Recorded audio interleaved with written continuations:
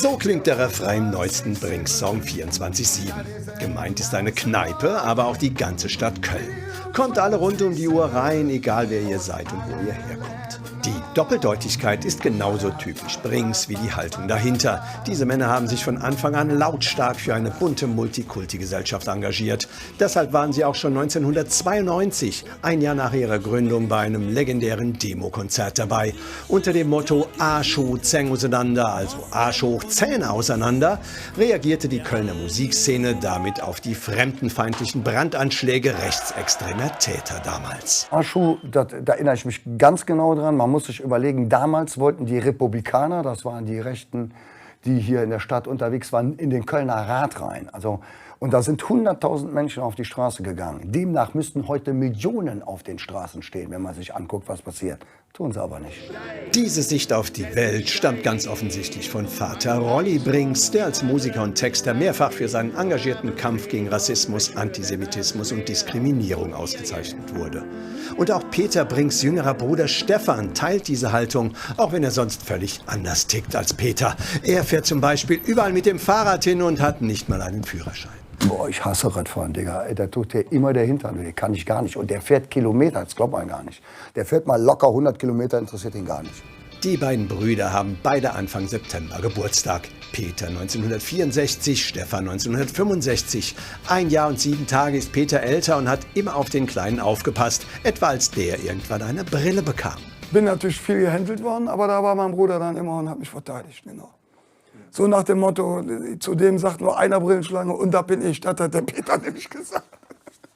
Ja, aber er war immer, aber ab da waren wir immer zusammen, eigentlich, bis heute. Wie Papa musikalisch begabt waren sie beide und mit Mitte 20 haben sie dann auch ihre gemeinsame Rockband. Stefan spielt Bass, Peter singt Englisch und schüttelt seine Haare. Dazu sitzt Matthias Gottschalk am Schlagzeug und die Leadgitarre spielt ihr Bonner Kumpel Harry Alfter. Der versteht sich bis heute als musikalische Triebfeder der Band, hat es aber auch nicht immer leicht mit den beiden Brings. Wenn die beiden Streit haben, dann kannst du dich auf keine Seite setzen, weil dann kriegst du Probleme mit dem oder Probleme mit dem. Das heißt, du musst immer versuchen, cool zu bleiben. Schon sehr früh geändert hat sich die Sprache der Songs. Kölsch kommt Peter Brings viel leichter über die Lippen und schon wird's auch richtig erfolgreich. Nur mehr 2 erreicht 1991 Platz 56 der deutschen Charts.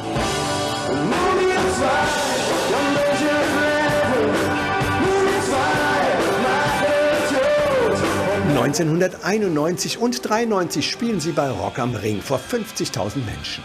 Aber 1994 kommt ihnen der Schlagzeuger abhanden. Sie machen ein Casting, um einen neuen zu finden. Irgendwie so richtig hat es nicht gematcht. Dann sagte der Harry irgendwann zu mir, ich kenne da noch einen, das ist nur ein Problem. Ich sage, was denn für ein Problem? Dem sein Vater ist Norbert Blüm. Und wir waren halt eine sehr linke Band oder sind eine sehr linke Band. Und Norbert Blüm stand jetzt nicht unbedingt für linke Politik, sag ich mal. Norbert Blüm war 16 Jahre lang Arbeitsminister unter Bundeskanzler Helmut Kohl in Bonn. Er galt in den 80er und 90er Jahren als Arbeitnehmergewissen der CDU und kannte Protestsänger Rolli Brings von gemeinsamen Gewerkschaftsterminen. Das gehörte schon zusammen. Aber wir haben natürlich in der Zeit gedacht, oh, hoffentlich drehen die uns da nicht strikt raus. Ministersöhnchen und keine Ahnung.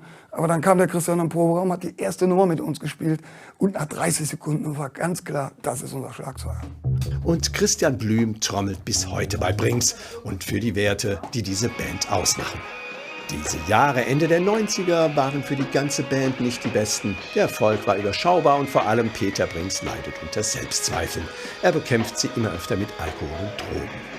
Und das relativ neue Bandmitglied Christian Blüm hält den Laden trotzdem irgendwie zusammen, weil er ein Händchen fürs Finanzmanagement hat und sich schon mal um den abgestürzten Frontmann kümmert. Ich habe zumindest war ich zum Beispiel in solchen Situationen furchtlos, wenn der irgendwo versackt ist bei irgendwelchen Halbseiten, wenn da 1000 Jahre Knast in einem Raum zusammensaßen und ich gesagt habe, du raus, morgen Konzert und die dann alle aufgestanden sind. Nee, ich habe gesagt, wer kommt jetzt mit? Und ich gehe nicht eine Sekunde früher als mit. Ja, das war schon, gab es ein paar lustige Situationen. Ich habe schwere Probleme mit Drogen gehabt. Bis die ersten Kinder dann so kamen, dann hörte das ein bisschen auf und dann kam 2000, habe ich den Song geschrieben. Also ich war eigentlich verzweifelt. Ich habe zum Geburtstag für die Band ein Geburtstagsständchen geschrieben. Das war Superherrlich.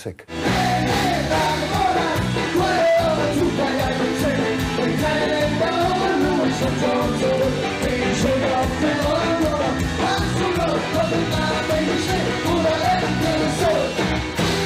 Der Song ändert alles. Denn die Plattenfirma sieht sofort einen riesen Karnevalshit in dem Lied und verteilt es auf CD gebrannt in den Kölner Altstadtkneipen. Das macht Superjahle Zick zum Sessionshit des Jahres 2000.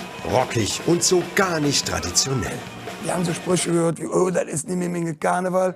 Heute ist all das völlig normal und Brings gelten als die Band, die den Karneval vor einem Vierteljahrhundert geradezu revolutioniert hat. Es folgen bis heute noch viele Hits. Ein Ende des Erfolgs ist trotz aller junger Konkurrenz nicht in Sicht.